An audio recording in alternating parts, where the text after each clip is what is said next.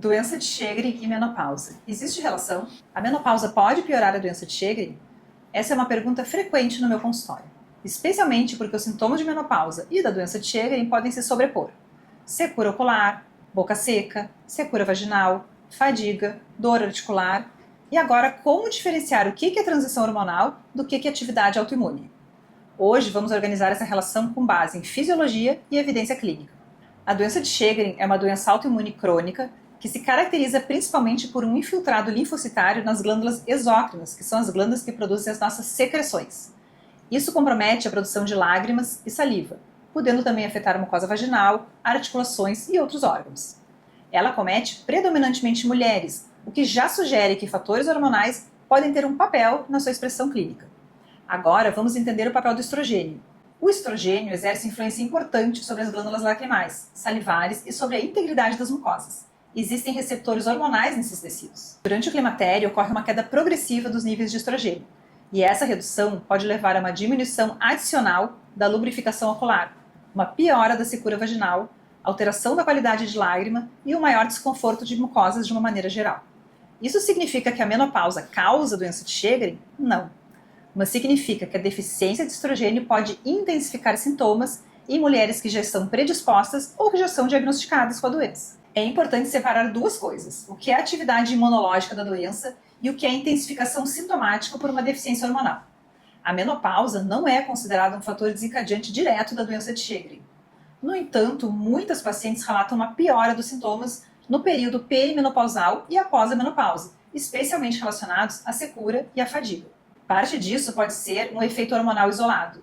Parte pode estar relacionado à atividade da doença. Por isso, uma avaliação individual é essencial.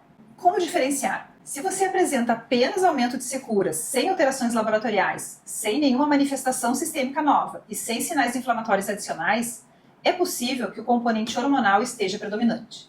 Já por outro lado, se houver um aumento de dor articular com aquele padrão inflamatório de rigidez matinal mais prolongada, se tiver alterações laboratoriais que sejam relevantes, se tiver comprometimento sistêmico e uma piora clínica global, devemos sempre considerar a atividade imunológica da doença. Nem toda piora no climatério significa uma progressão autoimune.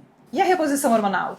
A presença da doença de Sjögren isoladamente não é uma contraindicação absoluta para a terapia hormonal.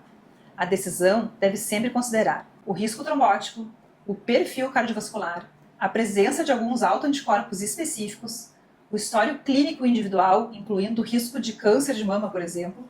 A atividade atual da doença também é importante. A terapia hormonal pode melhorar sintomas relacionados à secura vaginal, mas não há evidência robusta de que modifique a base imunológica da doença. Ou seja, pode ajudar sintomas específicos, mas não é tratamento para a doença de Sjögren. A mensagem principal é: a menopausa pode sim intensificar sintomas da doença de Sjögren devido à queda dos estrogênios, especialmente no que se refere à secura das mucosas. Mas isso não significa automaticamente uma piora estrutural ou um agravamento imunológico da doença. O que muda na menopausa precisa ser avaliado com critério e não interpretado de forma automática. Se você tem doença de Sjögren e percebeu mudança nos sintomas após a menopausa, vale a pena conversar com a sua reumatologista para avaliar o que é efeito hormonal e o que é a atividade da doença. Aproveita e deixa suas dúvidas aqui nos comentários, eu leio todas. E se esse conteúdo foi útil para você, inscreva-se no meu canal para mais vídeos sobre menopausa e doenças autoimunes, sempre baseado em evidência científica.